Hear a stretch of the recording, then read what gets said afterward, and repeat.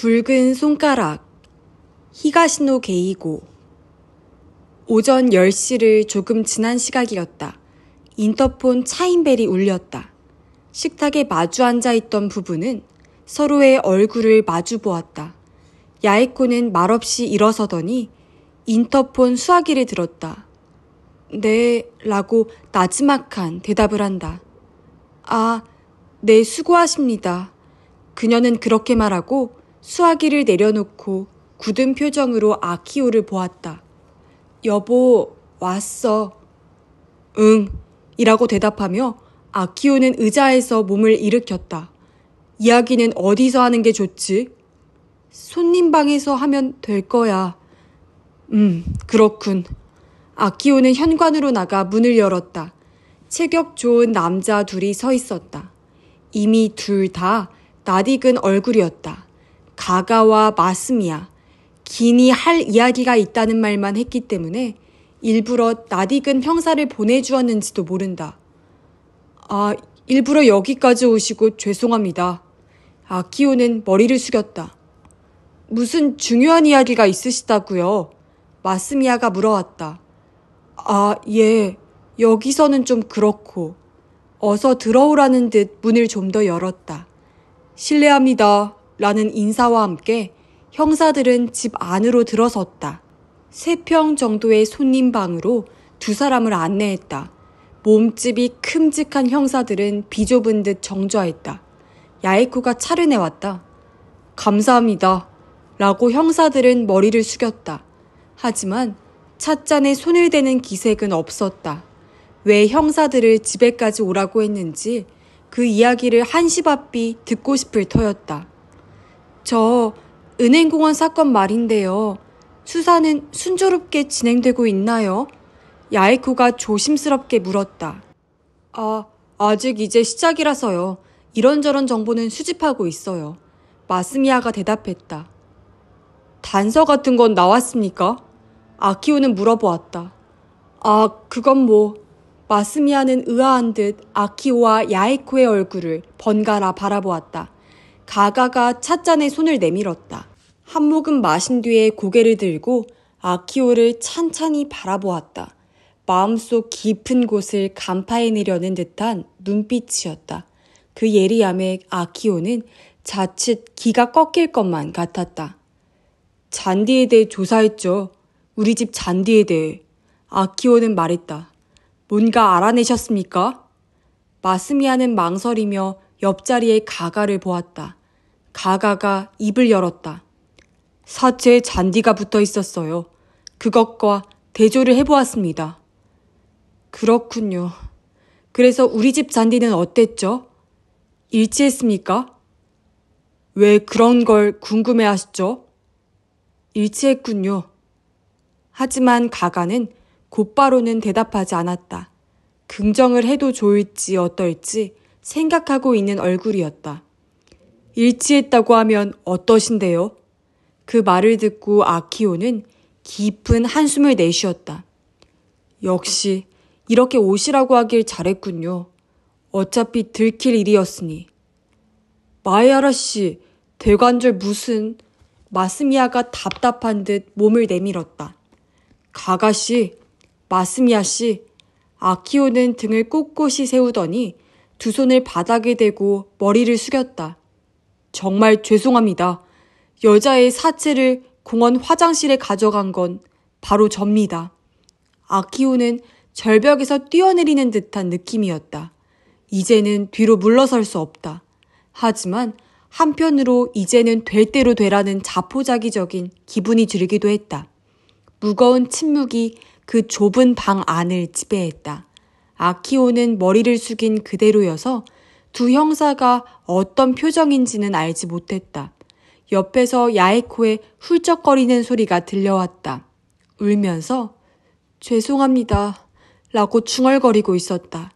그리고 아키오 옆에서 나란히 고개를 숙이는 기척이 났다. 마에하라 씨가 여자애를 죽였다는? 마스미야가 물어왔다. 그러나 그다지 놀라는 기색은 없었다. 이번 사건에 대해 뭔가 고백이 나올 거라고 예상했던 것이리라. 아니요. 라고 말하며 아키오는 얼굴을 들었다.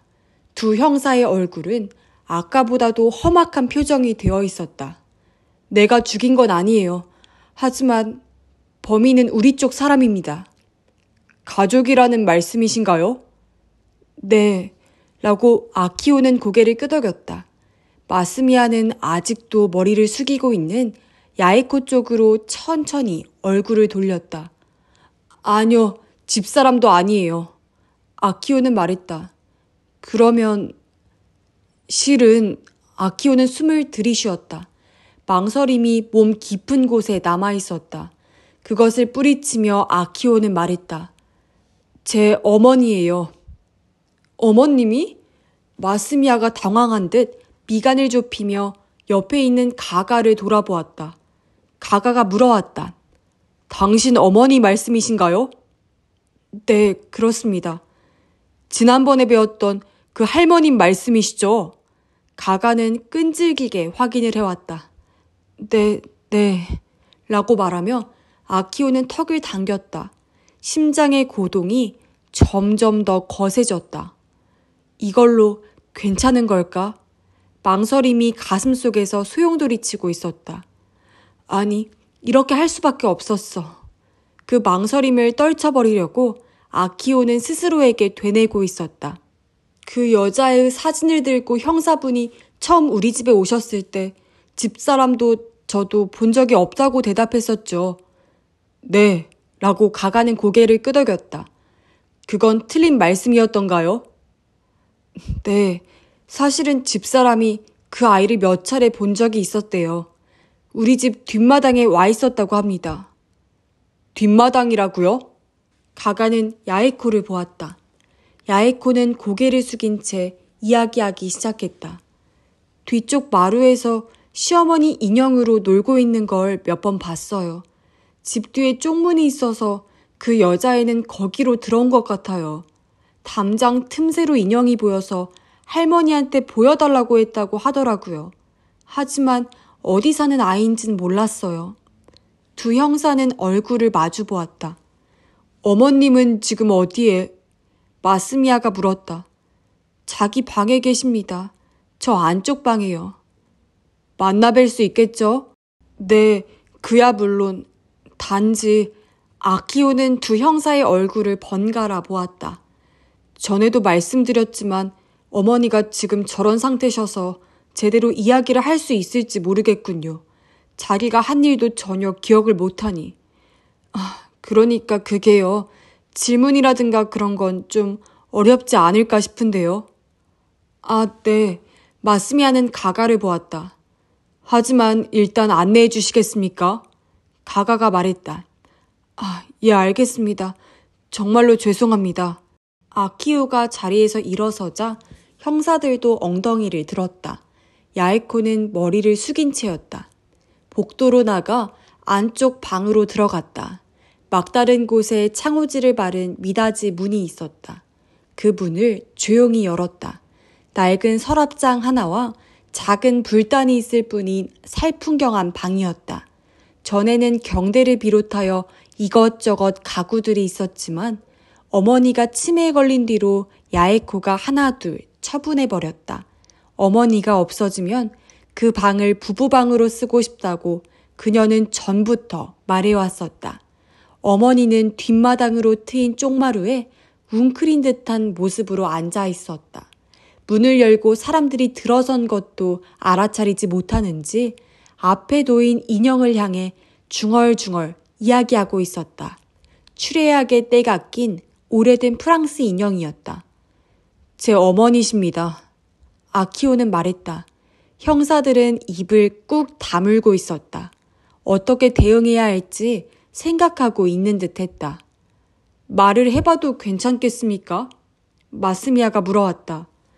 그건 괜찮습니다만.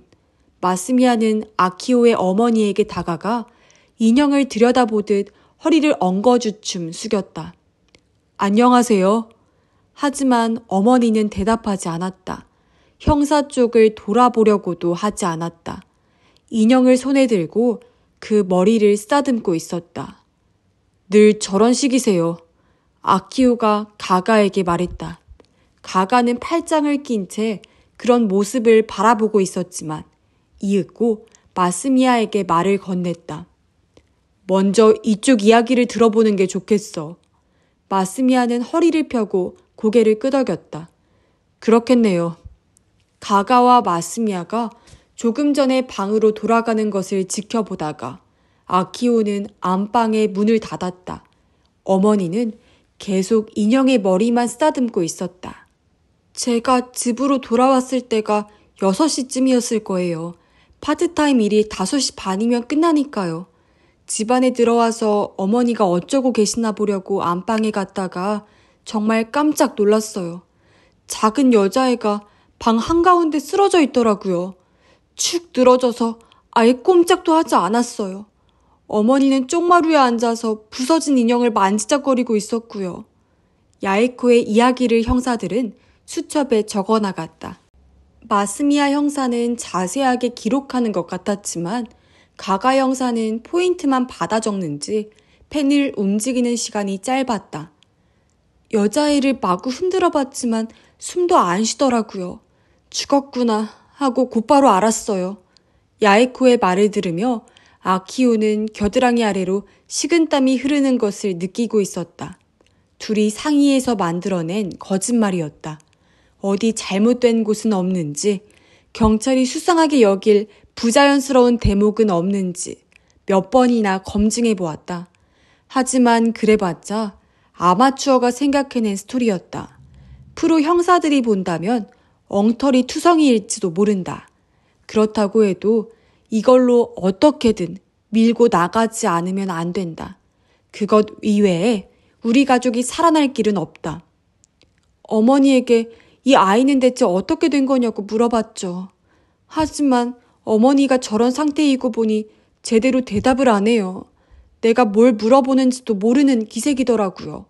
그래도 자꾸자꾸 물어봤더니 겨우겨우 이 아이가 어머니의 보물 같은 인형을 부숴서 벌을 줬다고 하는 거예요. 벌을 줘요? 마스미야가 고개를 갸웃했다. 그러니까 그건요. 아키오가 말을 거들었다. 어머니가 지금 어린애 같은 상태라서요. 아마 아이들끼리 티격태격 싸운다는 마음이셨을 겁니다. 그 여자애가 어떻게 했는지는 모르지만 뭔가 어머니 마음에 거슬렸겠죠.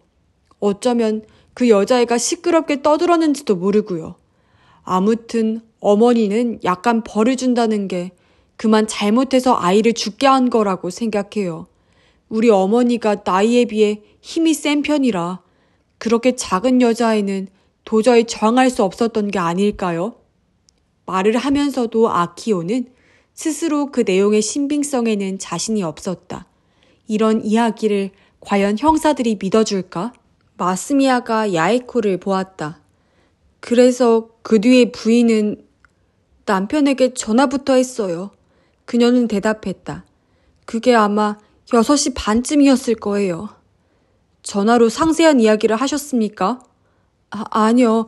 도저히 제대로 말을 못할 것 같아서 아무튼 빨리 집에 와달라고만 했어요. 그리고 시누이가 어머니를 돌봐드리려고 그날도 오기로 했었는데 그걸 못 오게 해줬으면 좋겠다고 부탁했고요. 이 대목은 사실이었다. 그런 탓인지 야에코의 어조도 얼마간 매끄러웠다. 부인은 마스미야 형사가 야에코를 보았다. 그 시점에는 어떻게 할 생각이었습니까?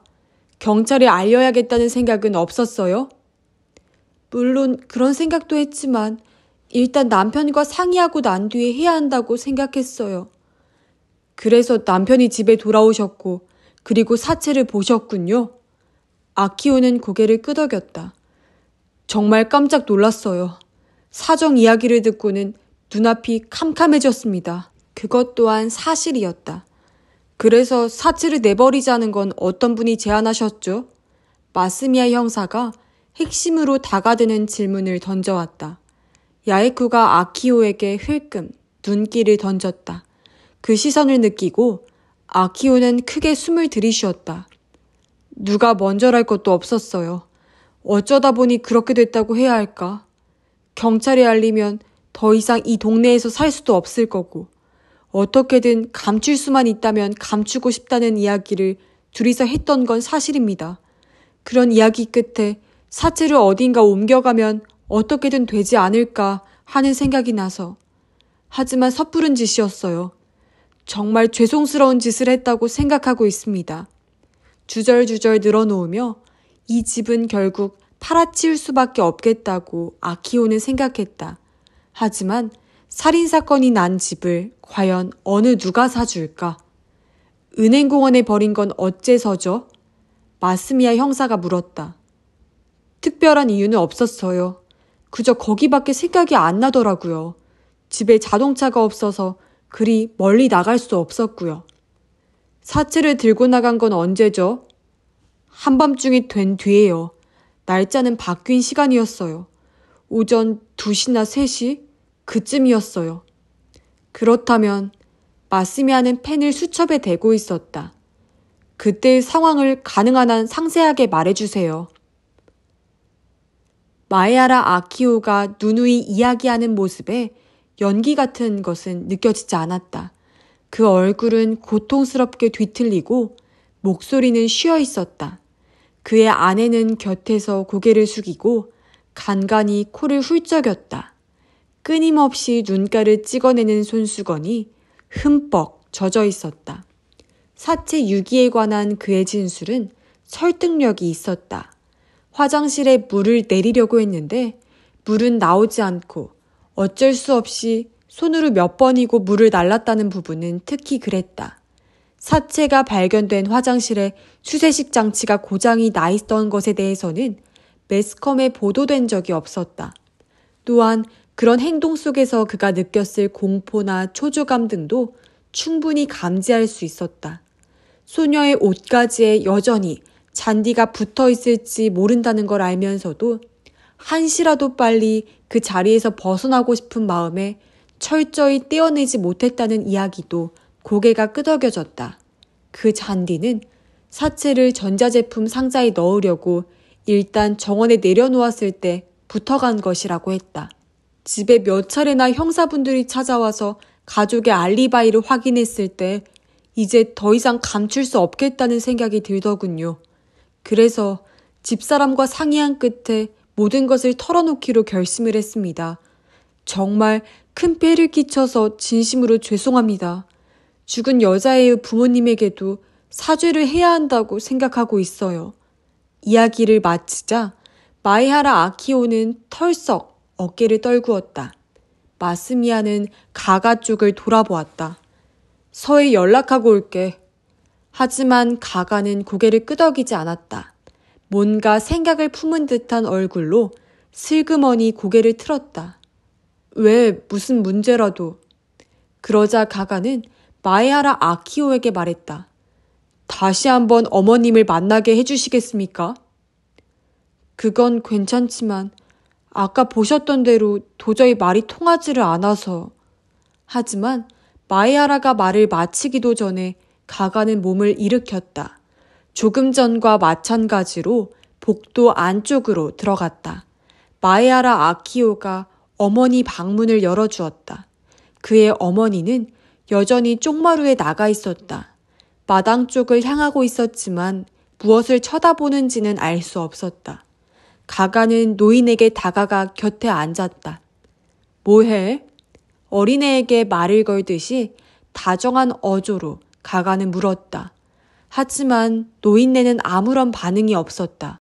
누군가 곁에 다가와도 경계심을 보이지 않는 건 그 인물의 존재를 아예 인식하지 못하기 때문인지도 모른다. 소용없어요, 가가 형사님. 마에하라 아키오가 말했다. 남이 하는 말이 하나도 귀에 들어가질 않아요. 가가는 몸을 돌리더니 아무 말 말고 있으라는 듯 손바닥을 펼쳐 보였다. 그리고는 노인네를 향해 웃음을 던졌다. 여자애 못 봤어? 노인이 얼굴을 약간 들었다. 하지만 가가를 바라보는 것 같지는 않았다. 쏟아져. 그녀가 돌연 말했다. 에? 라고 가가는 물었다. 비가 쏟아져. 오늘은 산에 놀러 못 가겠어. 마스미야는 바깥을 내다보았다. 하지만 비라고는 한 방울도 떨어지지 않았다. 바람이 나뭇잎을 뒤흔들 뿐이었다. 집에서만 놀아야 해. 아, 그렇지. 어서 화장을 해야지. 소용없다니까요. 무슨 말인지 못 알아들을 소리만 해요. 유아퇴행이라는 증세예요. 마에하라 아키오는 말했다. 그래도 가가는 일어서려고 하지 않았다. 지그시 노인네의 얼굴을 응시하고 있었다. 그의 시선이 조금 아래로 향했다. 노인네 곁에 떨어진 것을 집어 올렸다. 마스미야에게는 둥글게 뭉쳐진 천조각처럼 보였다. 이거 장갑이군요. 가가는 말했다. 그때 주었던 그 장갑인가요? 그럴 거예요. 그때라니? 마스미야는 물었다. 내가 어제 여기 왔을 때 정원에서 이 할머니가 장갑을 줍는 것을 봤거든. 바로 그 장갑이야. 가가가 설명했다. 뭐가 마음에 들었는지 내내 끼고 있었어요. 이제 그만 벗어버린 걸 보면 아마 실증이 난 모양입니다. 영락없이 어린애라서 무슨 생각을 하는지 이해하려고 해봤자 안 돼요. 마에하라 아키오가 체념했다는 듯한 어조로 말했다. 가가는 장갑을 골똘히 쳐다본 뒤에 단정하게 접어서 노인네 곁에 놓았다. 그리고 다시 실내를 둘러보았다. 어머니는 늘 이 방에? 네, 화장실에 갈 때 외에는 대부분 이 방에 있어요. 사건 후에 어머니가 어딘가 외출을 하셨던가요? 가가는 물었다. 마에하라 아키오는 고개를 저었다. 아니요, 아무데도 안 갔습니다. 아니, 이 병이 생긴 뒤부터 바깥 출입은 전혀 못하게 됐어요. 그렇군요. 실례지만 부부가 쓰시는 방은 어느 쪽이죠? 2층입니다. 어머님이 2층에 올라가시는 일은? 그런 일은 잘 없어요. 몇 년 전에 무릎이 안 좋아져서요. 이 병이 생기기 전부터 계단은 오르내리지 못했어요. 두 사람의 대화를 들으며 마스미야는 가가의 질문이 무슨 의미가 있는지 생각을 더듬고 있었다. 어째서 곧바로 수사본부에 보고하지 않은지도 알 수 없었다. 하지만 마에하라 아키오가 있는 자리에서 일일이 그런 걸 물어볼 수도 없다. 가가는 일어서서 방 안을 돌아다녔다. 뭔가를 점검하듯이 방 구석구석을 살펴보고 있었다. 더 이상 입을 다물고 있을 수 없었는지 마에하라 아키오가 질문을 던졌다. 그로써도 가가의 행동이 이해가 되지 않은 것일 터였다. 여자애가 부셨다는 그 인형은 처분하셨습니까? 가가가 물었다. 아니요, 그건 여기 있어요. 마에하라는 붙박이장을 열고 아랫단에 들어있는 상자를 꺼냈다. 마스미야는 상자 속을 들여다보고 눈을 둥그렇게 떴다.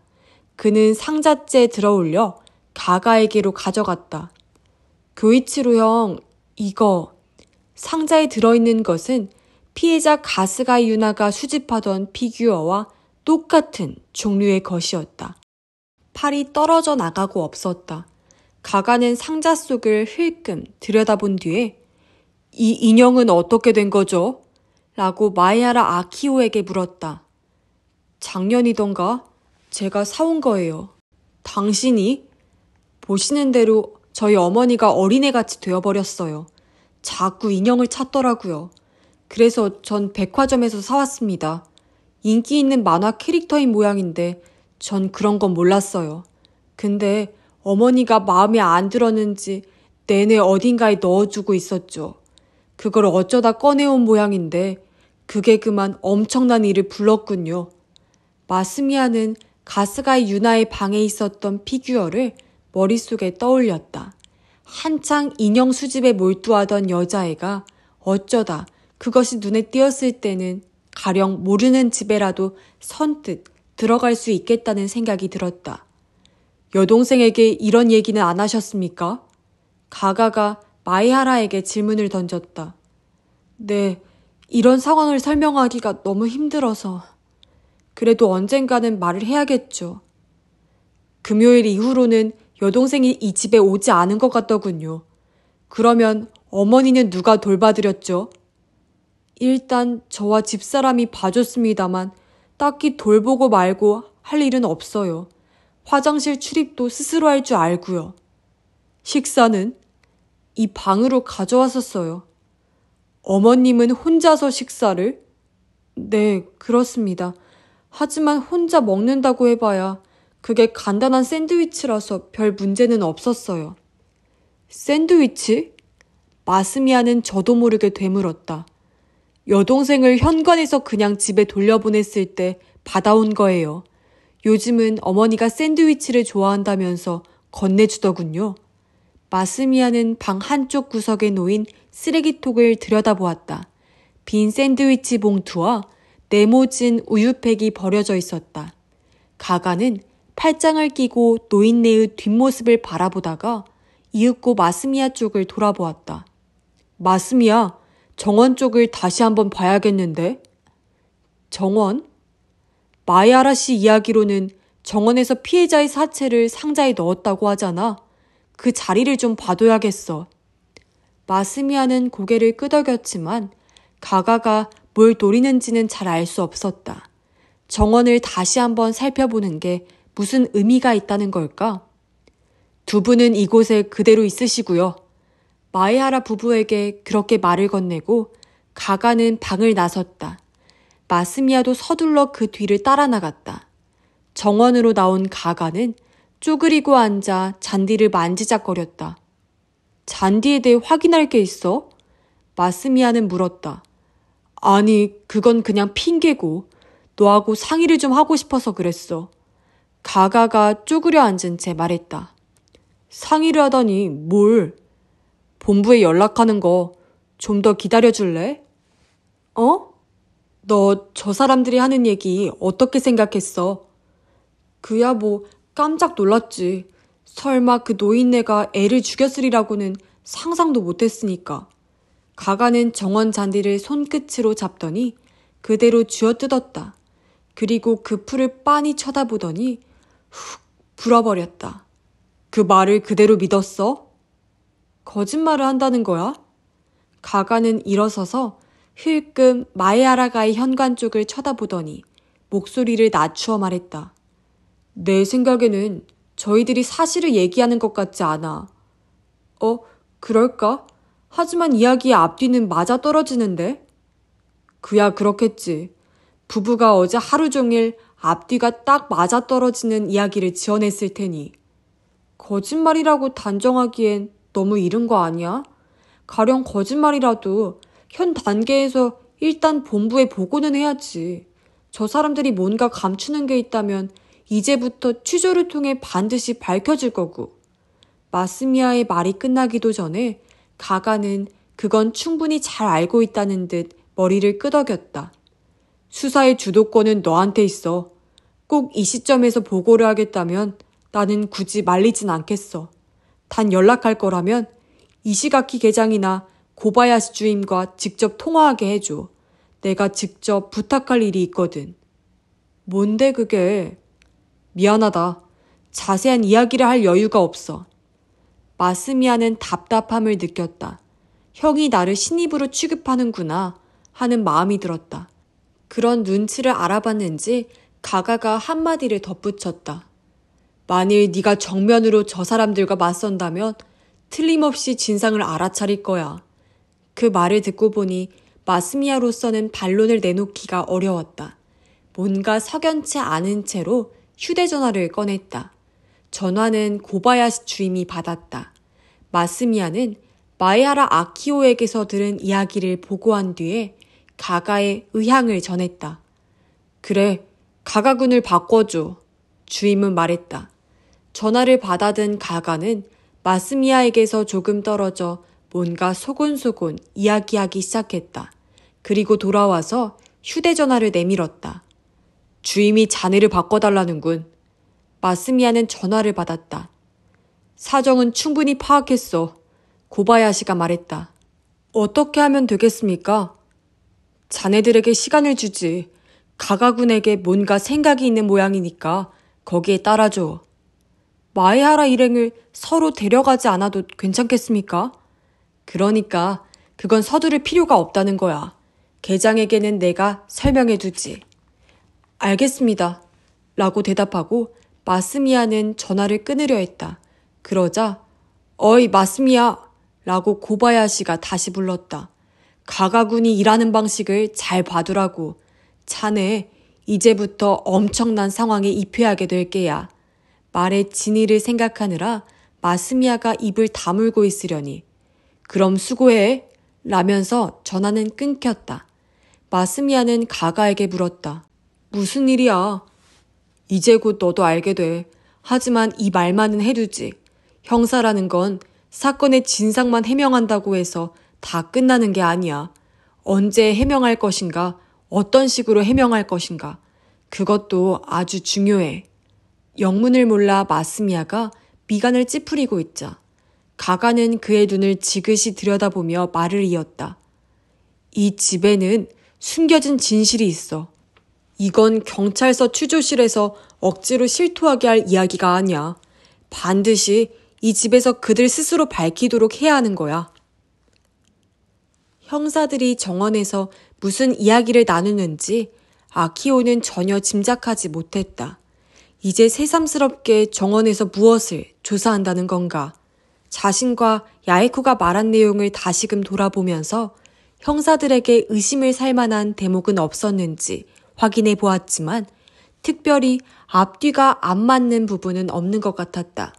살인을 저지른 게 늙은 어머니가 아니라 중학생 아들 나옴이라는 것 외에는 거의 모두 진실을 털어놓은 셈인 것이다. 저 형사들 뭐하고 있는 거야? 야에코도 똑같은 생각을 했는지 불안한 음색으로 물어왔다. 나도 몰라. 아키오는 짧게 대답하고는 어머니 쪽을 돌아보았다. 어머니는 등을 돌린 채 웅크리듯이 앉아 있었다. 마치 돌처럼 꼼짝도 하지 않았다. 그래, 잘한 거야. 이렇게 하는 수밖에 없었어. 아키오는 다시금 되뇌었다. 참으로 끔찍한 짓을 하고 있다는 건 물론 그 자신이 가장 잘 알고 있었다. 아들의 죄를 은폐하기 위해서라지만 나를 낳아준 어머니를 살인자로 몰아붙이다니. 이건 인간으로서 도저히 할 짓이 아니었다. 만일 지옥이라는 게 있다면 자신은 죽은 뒤에 분명코 그곳에 떨어질 거라는 생각이 들었다. 하지만 이것 외에는 현재의 궁지를 빠져나갈 방법이 생각나지 않았다. 치매에 걸린 노인네가 깜빡 아이를 죽이고 말았다는 것으로 해두면 세상 사람들의 비난은 그래도 얼마간 누그러들 것이다. 고령화 사회가 빚어낸 비극이라는 해석이 나오고 잘하면 마에하라 일가는 가엾은 가족으로 모두가 받아들여줄지도 모른다. 그러면 나오미의 장래에 미치는 악영향도 최소한으로 줄일 수가 있을 것이다. 하지만 진실을 있는 그대로 다 불어버리면 어떻게 될 것인가? 나오미는 평생을 살인자로서 사람들의 질시를 받을 게 틀림없다. 그리고 살인자의 부모는 아들의 폭주를 막아내지 못한 어리석은 사람으로 경멸을 받고 죽을 때까지 비난을 받을 것이다. 어디로 이사를 가건 누군가는 반드시 그 사건의 냄새를 맡아서 마에하라 일가를 따돌리고 몰아내려고 할 것이다. 늙은 어머니에게는 참으로 죄송하다고 생각했다. 하지만 이 노인네는 자신이 그러한 함정에 빠졌다는 것도 알지 못할 터였다. 치매증에 걸린 노인네가 죄를 범했을 경우에 사법기관이 어떤 처분을 내릴지 아키오는 자세한 건 알지 못했지만 그래도 보통 사람과 똑같은 형벌이 떨어지지는 않을 터였다. 책임 능력이라는 말을 아키오는 기억하고 있었다. 그것이 없는 인간은 죄를 묻기가 어렵다는 이야기를 들은 적이 있었다. 지금의 어머니에게 책임 능력이 있다고는 어느 누구도 말하지 않으리라. 게다가 어머니로서도 자신이 죄를 대신 뒤집어 써서 손자가 구원을 받는다면 그 또한 바라는 일일 게 틀림이 없었다. 그런 사정을 이해하는 게 가능하다면 그럴 것이라는 이야기지만 현관문이 열렸다 닫히는 소리가 들렸다. 복도를 걷는 발소리가 가까이 다가왔다. 오래 기다리셨죠? 라면서 마스미야가 방으로 들어왔다. 가가의 모습은 없었다. 또 한 분은? 아키오가 물었다. 다른 곳으로 이동했어요. 금세 돌아올 겁니다. 아, 그건 그렇고 다시 한번 묻겠는데요. 이 사건에 대해 알고 있는 사람은 그 밖에 또 없습니까? 예상했던 질문이었다. 아키오는 준비해둔 대답을 풀어놓기로 했다. 아니, 우리 둘뿐입니다. 아무에게도 말하지 않았어요. 하지만 중학교에 다니는 아드님도 있죠. 그쪽은... 아들은... 아키오는 목소리가 갈라지려는 것을 꾹 참으며 말했다. 아들은 아무것도 몰라요. 그 애가 눈치를 못 채도록 조심했으니까요. 하지만 전혀 눈치를 못 챘을 리는 없을 텐데요. 집안에 사체가 있었고 아버지 어머니가 한밤중에 그것을 처리하려고 오락가락했는데 그걸 완전히 하나도 몰랐다는 건 좀 생각하기 어려운 일인데. 마스미야 형사는 아키오와 야에코의 가장 아픈 곳을 찔러왔다. 여기가 가장 중요한 고비다. 라고 아키오는 마음을 굳게 먹었다. 하지만 그 애는 정말 아무것도 몰라요. 아니, 사실 지금은 어느 정도 알고 있겠죠.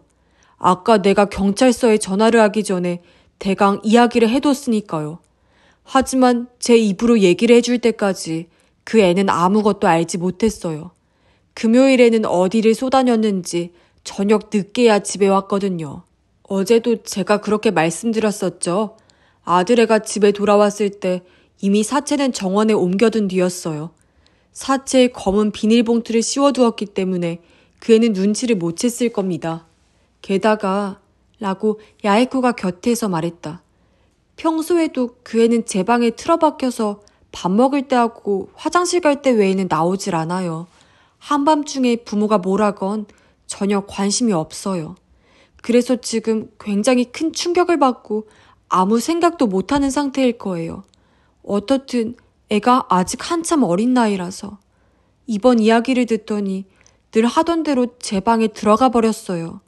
제발 부탁이니까 그 애는 좀 가만히 놔둘 수 없을까요?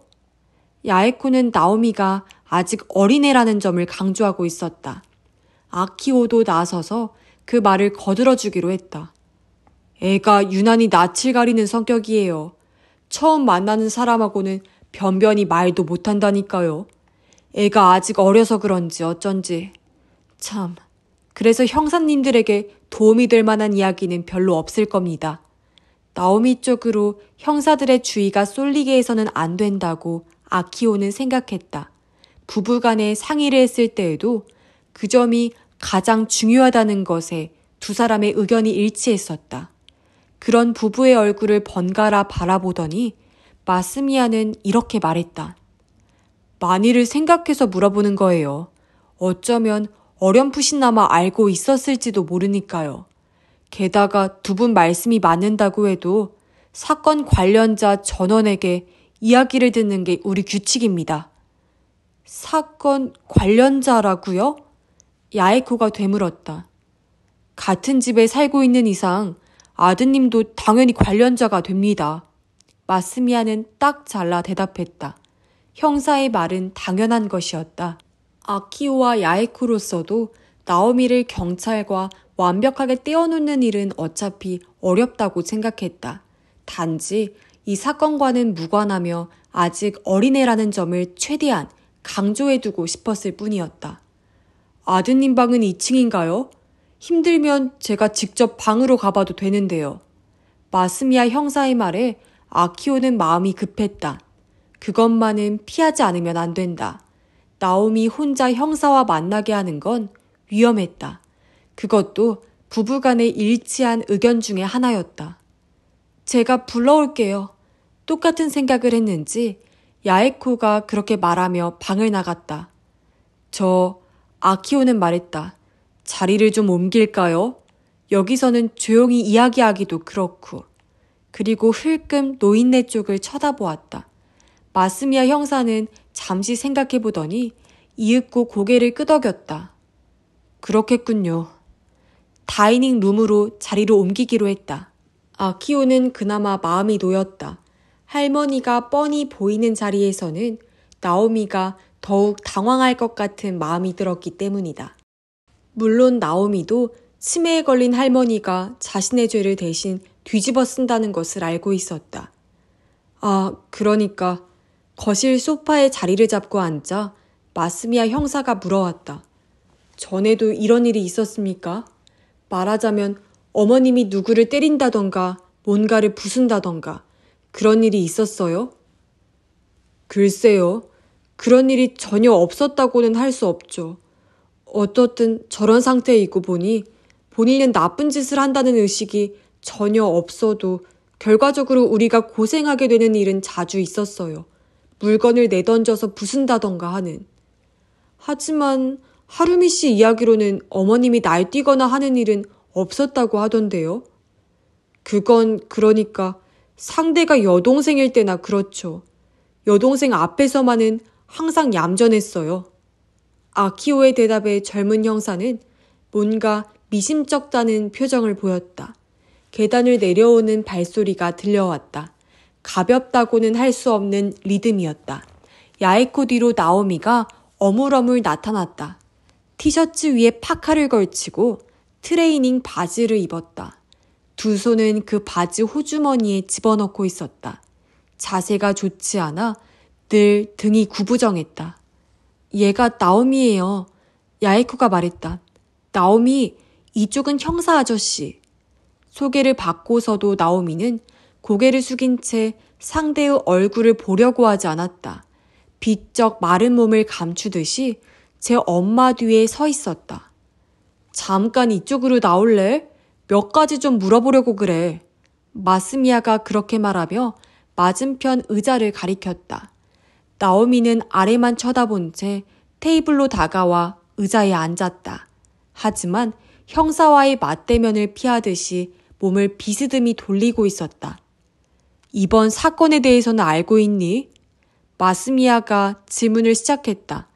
나오미는 슬쩍 턱을 앞으로 내밀었다. 그게 나름대로 긍정의 표시인 모양이었다. 언제 알았지? 아까요. 불쑥 대답한다. 조금 더 정확히 말해볼까? 나오미는 흘끔 어머니를 보았다. 그리고 벽시계로 시선을 옮겼다. 8시쯤에? 어떻게 알게 되었지? 나오미는 입을 꾹 다물고 있었다. 저 녀석 질문의 의미를 모르는가? 하고 아키오가 답답하게 생각했을 때 나오미는 눈을 치켜뜨고 아버지 쪽을 흘끗 쳐다보았다. 왜 형사가 나한테 이런 걸 물어봐? 입을 뾰로통하게 내밀었다. 아마 자신은 아무런 말도 하지 않아도 된다고 생각했던 모양이다. 야에코가 그런 식으로 설명해 주었는지도 모른다. 여자애를 죽여놓고서 대체 저 녀석은 신경이 어떻게 생겨먹은 걸까? 아키오는 한심하기 짝이 없었지만 지금 여기서 그런 걸 나무라고 있을 수도 없었다. 일단 가족 모두에게 이야기를 들어야 한대. 질문하시는 대로 대답하면 돼. 나오미는 뿌르퉁한 표정으로 눈을 획 돌려버렸다. 지금 이 상황을 알고 있기나 하느냐고 아키오는 고함을 쳐주고 싶었다. 이번 사건에 대해 누구한테 들었지? 마스미야 형사가 말을 바꾸어 질문을 던졌다. 아까 아버지랑 엄마한테. 매번 말꼬리가 사라진다. 들은 대로 이야기해 줄 수 있겠니? 나오미의 표정에 긴장과 두려움이 뒤섞였다. 여기서 자칫 실수를 하면 큰일이라는 건 저도 알고 있는 모양이었다. 할머니가 여자애를 죽였다고. 그래서 마스미야 형사는 나오미의 얼굴을 빤히 쳐다보고 있었다. 그 여자애를 아버지가 공원에 내버렸다고. 은행 공원에. 그리고 감춰도 어쩔 수 없으니까 경찰에 신고한다고. 그 밖에는 나오미의 얼굴이 불쾌한 듯 일그러졌다. 엉뚱한 방향을 노려보며 입을 해 벌린다. 목마른 개처럼 혓바닥을 내보이고 있었다. 늘 저 얼굴이야 라고 아키오는 생각했다. 뭔가 못된 짓을 하고 추궁받을 때에는 늘 마지막에 저 얼굴이 되곤 했다. 원인이 저한테 있는데도 그로 인해 불쾌한 일이 생기면 모든 책임을 다른 뭔가에 떠넘겨 놓고 그 뭔가에 화를 내는 것이다. 지금은 틀림없이 형사의 추궁에서 저를 지켜주지 않은 아버지와 엄마에게 화를 내고 있을 거라고 아키오는 뻔히 짐작이 갔다. 그 밖에는 마스미야 형사가 재차 물었다. 모르는데요? 나오미는 부르퉁하게 말했다. 나는 아무것도 몰라요. 마스미야는 고개를 끄덕이며 팔짱을 켰다. 그 입가에 웃음이 떠 있는 것처럼 보였다. 그 웃음의 의미를 얼른 파악할 수 없어서 아키오는 불안했다. 그 이야기를 듣고 어떻게 생각했지? 놀랐어요. 그랬겠지. 근데 네가 보기에는 어때? 할머니가 그런 짓을 할 만한 분이니? 나오미는 고개를 숙인 채 입을 열었다. 치매니까 무슨 짓을 할지 몰라요. 날뛰는 일은? 아마 있었겠죠. 나는 항상 집에 늦게 오니까 할머니 일 같은 거 잘 몰라요. 그러고 보니 금요일에도 집에 늦게 왔다면서? 마스미야 형사는 말했다. 나오미는 말이 없었다. 이번에는 무슨 질문을 하려나 잔뜩 겁을 내는 꼴이 아키오에게도 손에 잡힐 듯 느껴졌다. 그 역시 똑같은 마음이었다. 그날 어디서 뭘 했는지 좀 말해줄래? 저 형사님, 더 이상 견디지 못하고 아키오가 끼어들었다. 얘가 어디 있었는지 그건 이번 일과는 상관이 없을 텐데요. 아니요, 그렇게 간단히 넘어갈 수가 없어요. 집에 늦게 왔다는 말만으로는 안 되거든요. 이러저러한 이유로 늦었다고 분명하게 진술하지 않으면 나중에 귀찮아집니다. 마스미야 형사의 말투는 온화했지만 타협을 허락하지 않는 강한 어감이 있었다. 아키오는 그런가요? 라고 하며 물러서는 수밖에 없다. 자, 다시 해볼까? 그날 어디 갔었지? 나오미는 입을 반쯤 벌리고 있었다. 거기서 헥헥 숨이 새는 소리가 들렸다. 호흡이 흐트러져 있는 것이다. 게임센터하고 편의점 같은데. 약한 목소리로 겨우 대답했다. 누군가하고 함께? 나오미는 슬쩍 고개를 저었다. 내내 혼자였어? 네. 어디 있는 게임센터지? 그리고 편의점도 어딘지 알려줄래? 마스미야 형사는 수첩을 꺼내 메모 자세를 취했다. 낱낱이 기록할 테니 얼렁뚱땅 섣부른 소리는 하지 말라고 위협하는 것처럼 아키오에게는 느껴졌다. 나오미는 더듬더듬 게임센터며 편의점이 있는 곳을 말했다. 그런 것은 만에 하나를 대비해 미리 말을 맞춰둔 것이었다. 게임센터는 나오미가 평소에 자주 들락날락거리는 가게였다. 비교적 넓은 가게이고 아는 사람을 만난 일은 없었다고 했다. 편의점은 지금까지 별로 간 적이 없는 곳으로 선택했다. 자주 찾는 가게라면 점원이 나오미의 얼굴을 기억하고 있어서 금요일 밤에는 오지 않았다고 증언할지도 모르기 때문이었다. 편의점에서는 뭘 샀지? 아무것도 안 샀어요. 그냥 서서 잡지책만 읽었어요. 그럼 게임센터에서는? 어떤 게임을 했어? 아키오는 흠칫했다. 그런 것까지는 정해두지 않았다. 이렇게 세세한 질문이 나오리라고는 예상하지 못했기 때문이다. 기도하는 듯한 심정으로 고개를 숙이고 있는 아들을 바라보았다. 드럼마니아, 버추얼 파이터, 그리고 스릴 드라이브 같은 거. 웅얼웅얼 나오미는 대답하기 시작했다. 그리고 슬롯 같은 거. 슬롯이란 슬롯 머신을 말하는 것이리라. 그 이외의 명칭에 대해서 아키오는 들어본 적도 없었다. 실제로 나오미가 평소에 잘하는 게임임에 틀림없었다. 집에 돌아온 건 몇 시쯤이지? 마스미야 형사의 질문은 아직 끝나지 않았다. 8시인가 9시인가 그때쯤에. 학교를 나온 건? 4시쯤인가? 누구하고? 나 혼자. 늘 혼자서 집에 오니? 네. 라고 나오미는 짧게 대답했다. 얼마간 짜증이 담겨 있었다. 자신을 풀어주지 않는 데에 대한 짜증도 있을 테지만 그 질문 자체에 상처를 입었을 가능성도 있었다. 나오미에게는 친구다운 친구가 없었다. 초등학교 때부터 내내 그랬다. 게임센터에 갈 때도, 편의점에서 선체로 책을 읽을 때에도 늘 혼자였다. 마음이 통하는 친구가 한 명이라도 있었다면 어쩌면 이번 같은 일은 일어나지 않았으리라. 4시에 학교를 나와서 집에 돌아온 게 8시라고 하면 게임센터와 편의점에서 4시간이나 보낸 셈이로군. 마스미야 형사가 혼잣말처럼 중얼거렸다. 얘가 늘 그래요. 야이쿠가 말했다. 집에 빨리 오라고 타일러도 도무지 말을 듣지 않아서. 요즘 중학생이 다 그렇죠 뭐. 그렇게 대답하고 마스미야는 나오미를 보았다. 학교에서 나와서 여기저기 돌아다니다 집에 올 때까지 아는 사람을 만났다든가 누구를 봤다든가 그런 일은 없었니? 없었어요. 나오미는 즉각 대답했다. 그럼 게임센터나 편의점에서 뭔가 특별한 일은 없었어? 이를테면 누군가가 소매치기를 하다 잡혔다든가 게임기가 고장이 났다든가. 나오미는 고개를 외로 꼬았다. 잘 생각 안 나요. 없었던 것 같은데. 그래? 아키오는 다시 형사에게 말했다. 아들이 게임센터나 편의점에 갔던 것을 증명하지 못하면 문제가 됩니까? 아니요, 그런 건 아니에요. 단지 증명이 되면 앞으로 편하다는 점은 있겠죠. 그건 지금 증명을 할 수 있으면 아드님은 이번 사건과 무관하다는 것으로 앞으로 다시 사정 청취를 하는 일도 없겠죠.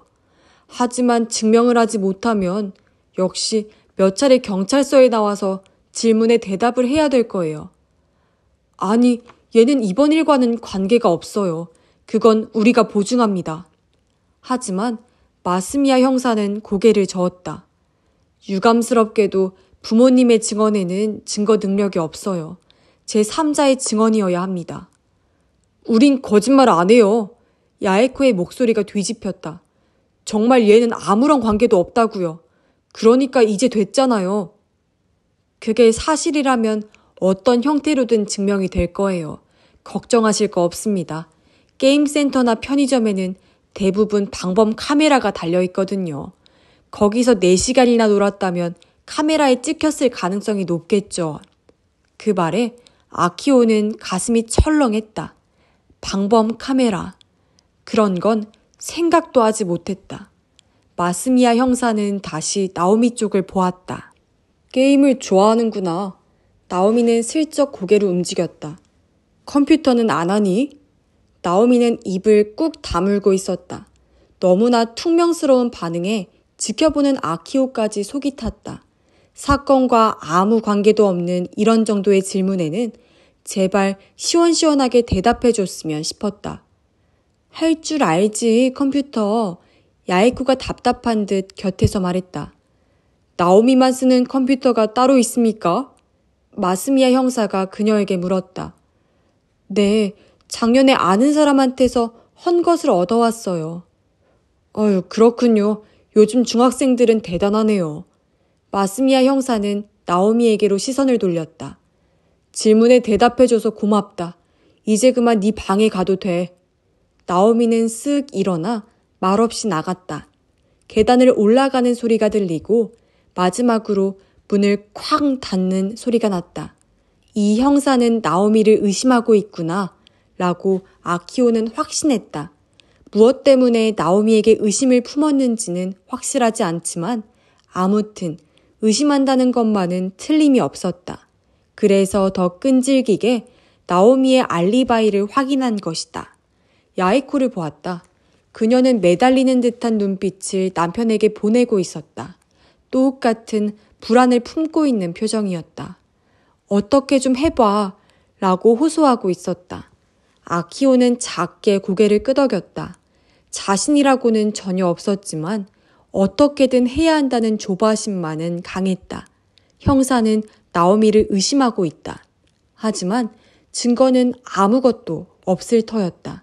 자신들이 입을 굳게 다물면 경찰도 어떻게 할 수 없다. 치매에 걸린 나이든 어머니가 저지른 일이라고 그 친아들이 주장하는데 어떻게 믿지 않을 수가 있단 말인가. 방범 카메라에 나오미의 모습이 찍히지 않았다고 해서 그 알리바이가 거짓이라고 단정할 수 있는 것도 아니다. 가령 알리바이가 거짓으로 판명된다고 해도 그것이 곧 나오미를 범인으로 단정할 근거가 되지는 않는 것이다. 흔들려서는 안 돼. 이걸로 그냥 밀고 나가는 수밖에 없어. 자신의 결심을 아키오는 다시 한번 확인했다. 그때 인터폰 차인벨이 울렸다. 아키오는 저도 모르게 혀를 끌끌 찼다. 누구야 이런 때. 택배가 왔나? 야에코가 인터폰으로 다가갔다. 내버려둬. 지금 느긋하게 그런 걸 받을 때가 아니야. 인터폰을 받은 야에코가 상대와 말을 나눈 뒤에 아키오를 돌아보았다. 당황한 얼굴이었다. 여보, 하루미가... 하루미? 왜 하필 이런 때? 라고 아키오는 생각했다. 그러자 마스미야 형사가 조용히 말했다. 가가 형사가 함께 왔을 겁니다. 들어오게 해주시죠.